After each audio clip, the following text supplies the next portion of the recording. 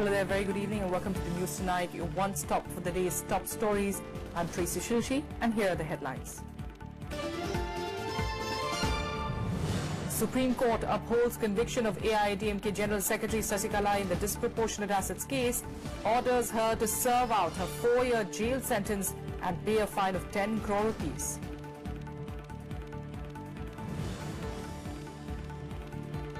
E. Palanisamy is elected AIADMK legislature party leader, meets Tamil Nadu Governor C. Vidyasagar Rao to stake claim to form the next government in the state. Party expels Selvam and 19 others.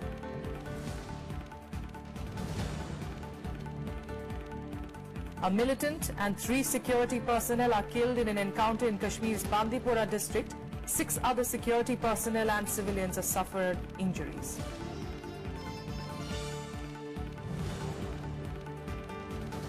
And U.S. National Security Advisor Michael Flynn quits over allegations of contacts with Russian officials.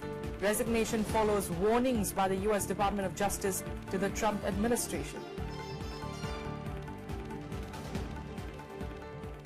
The top story this evening, the Supreme Court today set aside AIADMK General Secretary V.K. Sasikala's acquittal by the Karnataka High Court in the Jayalalitha disproportionate assets case and restored her conviction by a trial court in the case. The trial court had sentenced Sasikala and 2 others to simple imprisonment for a period of 4 years each and also a payment of a fine of 10 crore rupees each. They would have to suffer imprisonment now for another year in case of default. AIADMK General Secretary V.K. Sasikala's hopes of becoming the Tamil Nadu Chief Minister dashed by the Supreme Court.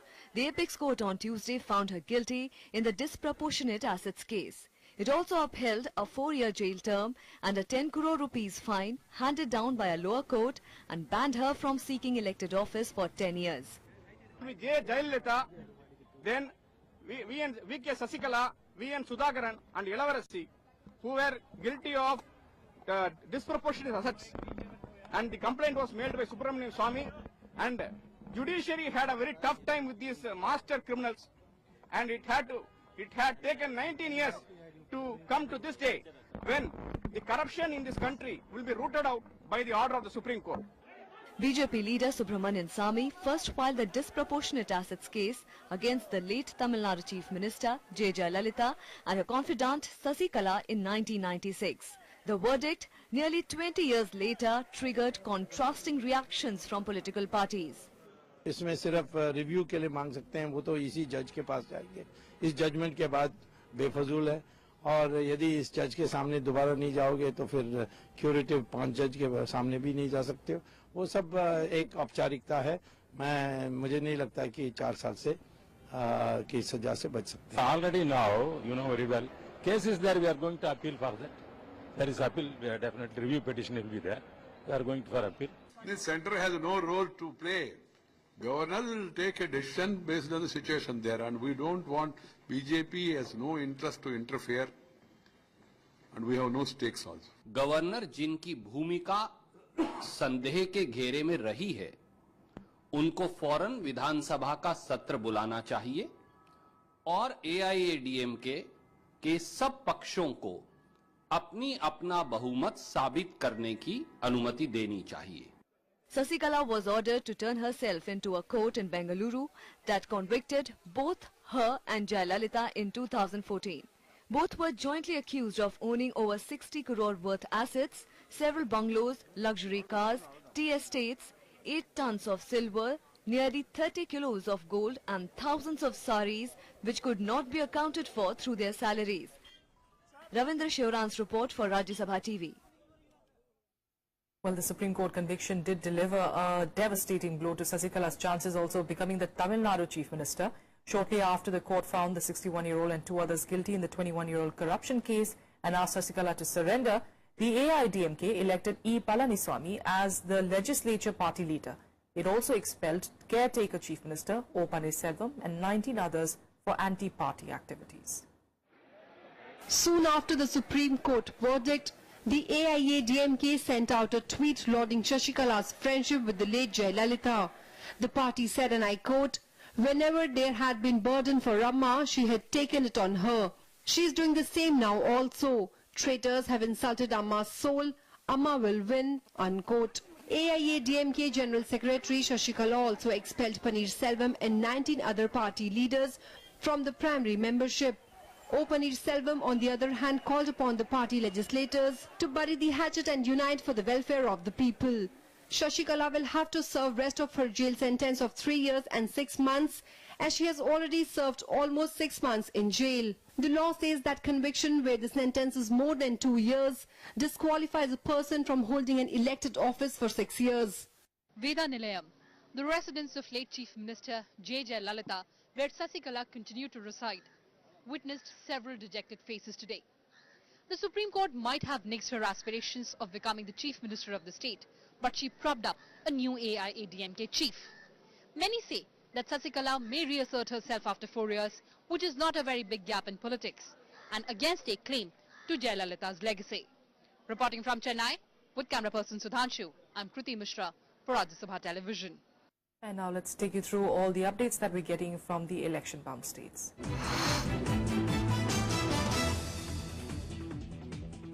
Well, campaigning for the 67 constituencies of UP for the second phase of elections ended yesterday, and now the stage is set for the polls on Wednesday.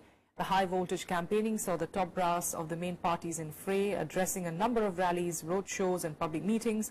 Uttar Pradesh is witnessing a tough contest between Samajwadi Party and the Congress Alliance, BSP, BJP and the RLD. 67 constituencies in the state are spread across 11 districts, which include Saharanpur, Bareilly and Badaयूं. In the 2012 assembly elections, out of the 67 seats, the ruling Samajwadi Party had won 34 seats, followed by the BSP with 18, BJP 10 and Congress 3, while the others won 2. Meanwhile, unprecedented security arrangements have been made for the second phase of elections to be held on Wednesday. The polling would be held from 7 a.m. to 5 p.m., where a total of 2.28 crore voters, including over 1.23 crore men and 1.04 crore women, are likely to cast their votes amid high security cover by central forces.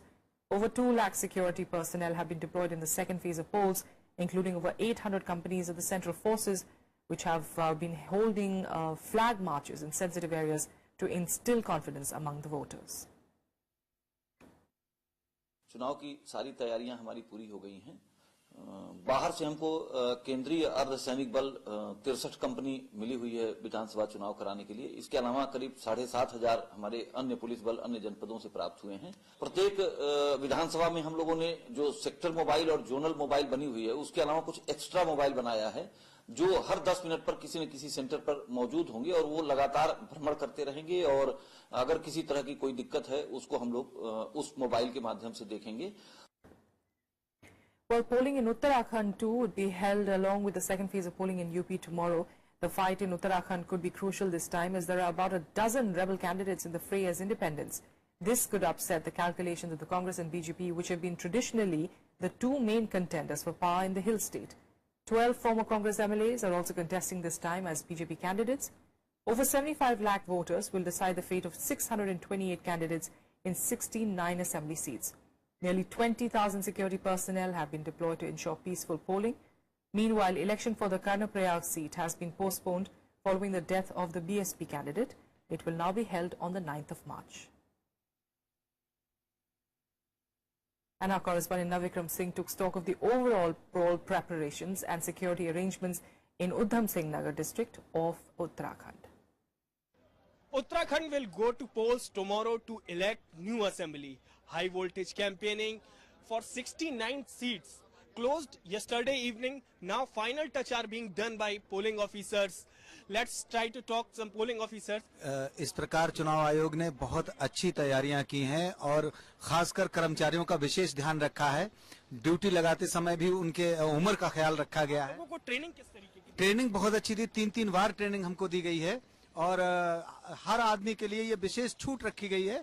EVM की training बहुत बढ़िया तरीके से बताई गई है, practical करा के एक एक आदमी से अलग अलग तरीके से दिखवा करके, और ये कहा गया कि अगर इसमें फिर भी कोई वो रह जाए तो नंबर्स दे दिए गए और उन नंबरों से संपर्क स्थापित किया। कहीं प्रपत्र भरने हैं, उन प्रपत्रों को भी हम बहुत सावधानी पूर्वक से भरे। अगर कहीं पर कोई दिक्कत है तो नंबर्स दिए गए हैं। You can see preparation have been made for February 15 election with nearly 20,000 security personnel deployed to conduct fair polling and peaceful polling. With camera person Santosh Yadav, Navikram Singh, Rajya Sabha TV, Udham Singh Nagar. And canvassing for the third phase of the Uttar Pradesh elections, various political parties addressed multiple rallies in the state. Chief Minister Akhilesh Yadav addressed an election rally in Farrukhabad district, while BSP Supremo Mayawati addressed two gatherings in Lucknow and Kanpur to gather support for her party. Uttar Pradesh Chief Minister Akhilesh Yadav on Tuesday slammed Prime Minister Narendra Modi for failing to fulfill the party's promise of Achhe Din. Addressing a rally in Farrukhabad, Akhilesh also targeted the centre, saying that Mann Ki Baat itself was not enough and that the centre should work and deliver results. The Samajwadi Party president promised that youth in the state will get government jobs without trouble if the party was voted to power again. खूब सुनी हमने radio पर मन की बात, TV पे मन की बात, लेकिन अभी भी जनता नहीं जान पाई उनकी मन की बात। और हम तो कहते हैं सुनाते रहे मन की बात, काम की बात कब करोगे? अगर कोई काम किया हो तो बता दो। While Akhilesh held rallies at Chibramu, Kannauj and Hardoi, BSP Chief Mayawati addressed rallies in Kanpur and Lucknow. Clarifying that her party will not ally with BJP to form the government in UP, she slammed the BJP supporters for allegedly spreading such rumors. यदि हमारे लोगों की लापरवाही की वजह से, गुमराह होने की वजह से हमारे लोग थोड़ा चूक कर गए और हम किनारे पर आकर रह गए और हमको एब्सोल्यूट मेजॉरिटी नहीं मिली, तो भी बीएसपी विपक्ष में तो बैठना पसंद करेगी, लेकिन बीजेपी की मदद से सरकार बनाना कतई भी पसंद नहीं करेगी. Mayawati also took on the Samajwadi Party, claiming that the law and order had completely collapsed in Uttar Pradesh. She said the Dadri case and Mathura incidents were the worst examples. Mayawati also asked the people to help the BSP gain an absolute majority in these elections. Bureau Report, Rajya Sabha Television. Meanwhile, a delegation of the Aam Aadmi Party leaders today met the Chief Election Commissioner and sought an inquiry over the alleged breach of security of EVMs at strong rooms in Punjab, where polling was held on the 4th of February. The delegation, led by Delhi Deputy Chief Minister Manish Sisodia, submitted a memorandum alleging multiple instances of breach in EVM safety in the state and also alleging that EVMs were moved out of the strong room in Patiala.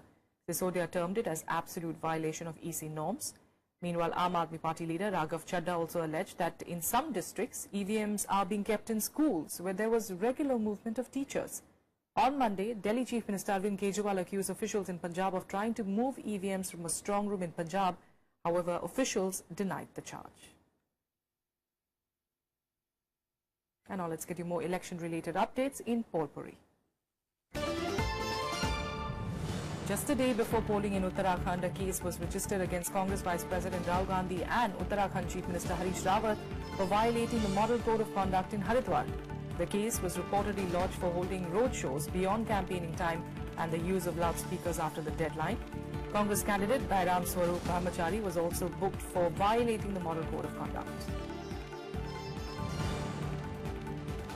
The Election Commission announced that voting in the Alapur constituency of Ambedkar Nagar district of UP will take place on the 9th of March.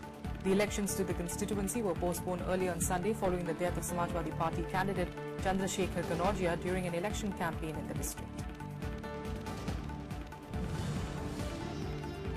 Today is the last day of making nominations for the 6th phase of UP and the first phase of Manipur Assembly polls, for which of course will take place on the 4th of March. 49 seats in UP's 7 districts will go to polls in the 6th phase, and 38 assembly seats will elect their leaders in Manipur. Candidates can withdraw their candidature until the 18th of February.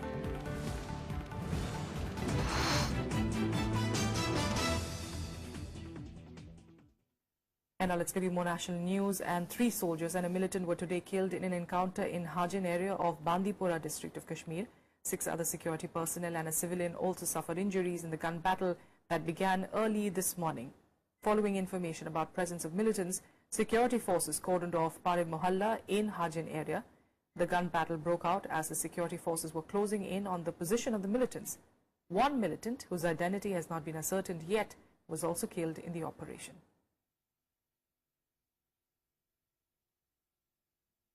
In financial news, wholesale inflation rose, in fact, to a 30-month high of 5.25% in January amid climbing global crude oil prices, even though food prices moderated.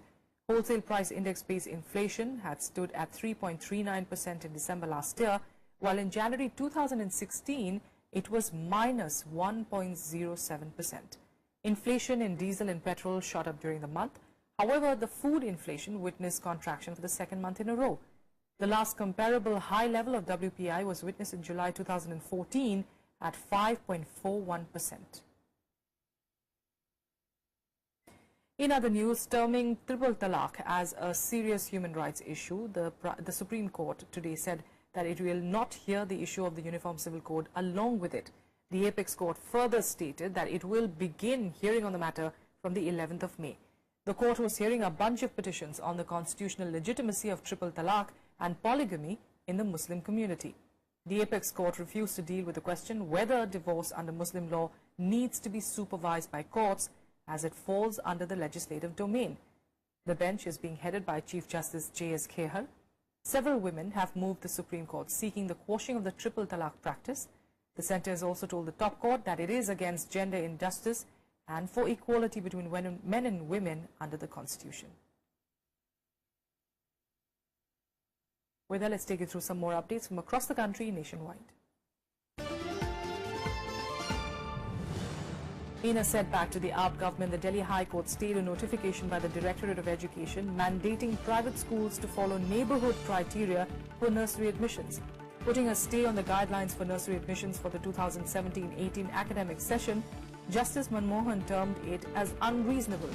The court further added that forcing the 298 schools to adhere to the 7th January notification was arbitrary and discriminatory.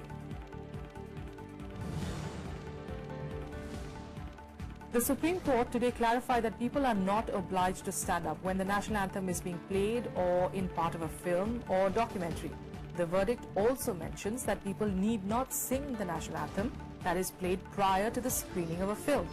This comes months after the Supreme Court had ordered that the national anthem must be played in all cinema halls before movies across the country.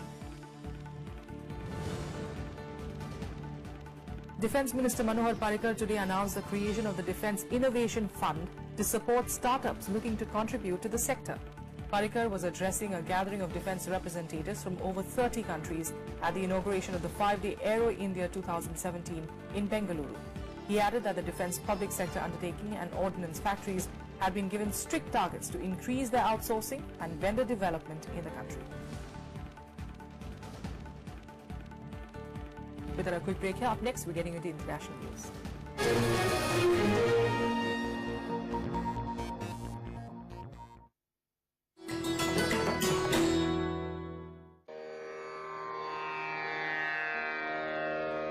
The sacred relics of Buddha were unearthed in Piprava in Uttar Pradesh.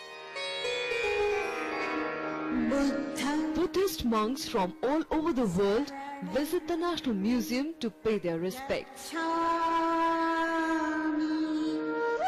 These charred bone fragments of Buddha are housed in the gold canopy gifted by the royal family of Thailand.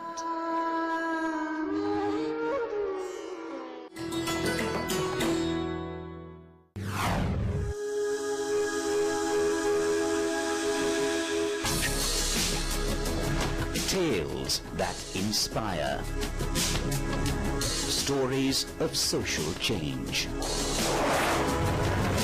A salute to diversity. Promoting public discourse. Events that motivate. Inspiring the innovative spirit. Watch Rajya Sabha television documentaries.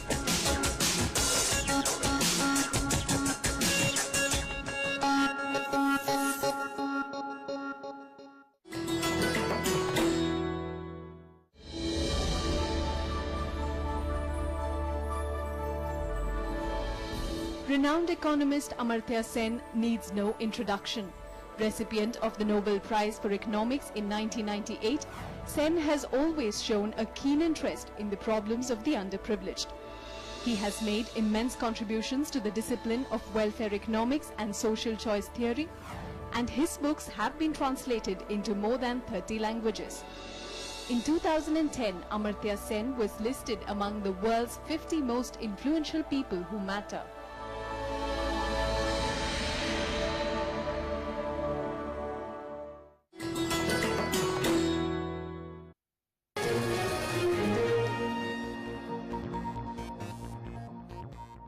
Welcome back. Let's get to some international news now. And US President Donald Trump's national security advisor Michael Flynn has resigned amid allegations that he discussed US sanctions against Russia with its envoy before Trump's inauguration.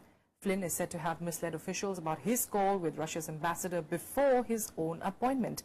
And this came at a time when Donald Trump was holding talks with Canadian Prime Minister Justin Trudeau on Monday. U.S. National Security Advisor Michael Flynn resigned on late Monday night over allegations of his contacts with Russian officials before Donald Trump took office. Flynn's resignation followed reports that the Department of Justice warned the Trump administration weeks ago that such communications could leave him in a compromised position. Flynn is said to have misled officials about his call with Russia's ambassador before his own appointment.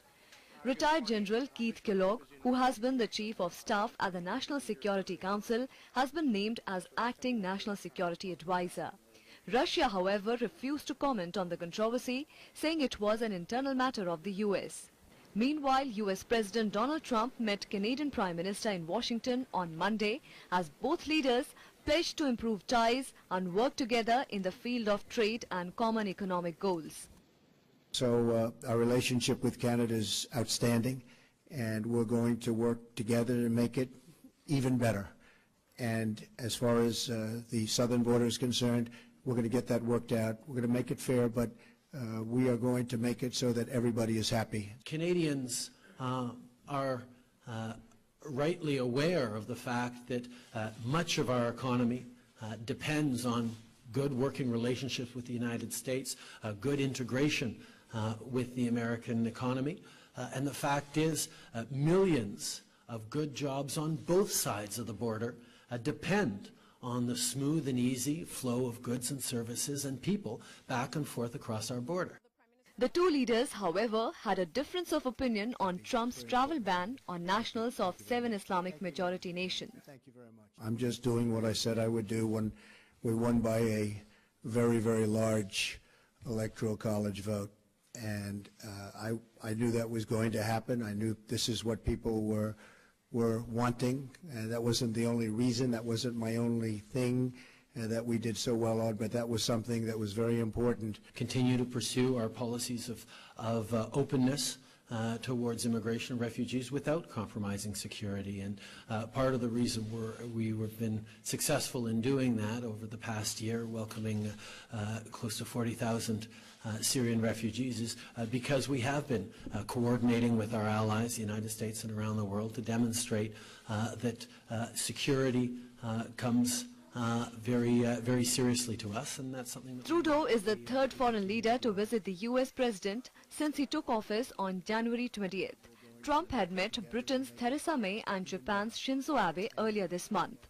Bureau Report, Rajya Sabha TV. And now let's get you some more international news updates in Global Buzz. Residents of Lahore were shocked on Monday night after an explosion near the Punjab Assembly which killed at least 13 people and wounded 83. The government has declared a day of mourning which was observed across the province to express solidarity with the victims. Pakistan officials attended the funeral which was held for police officers that were killed in the blast. The death toll from a tour bus crash in Taipei in Taiwan rose to 33 on Tuesday. The bus was carrying 44 people, including the driver. The tour bus overturned on a highway on late Monday night. Local media reports said that the vehicle veered off the roadway as it headed towards a curve, while some suspect that the bus flipped due to speeding.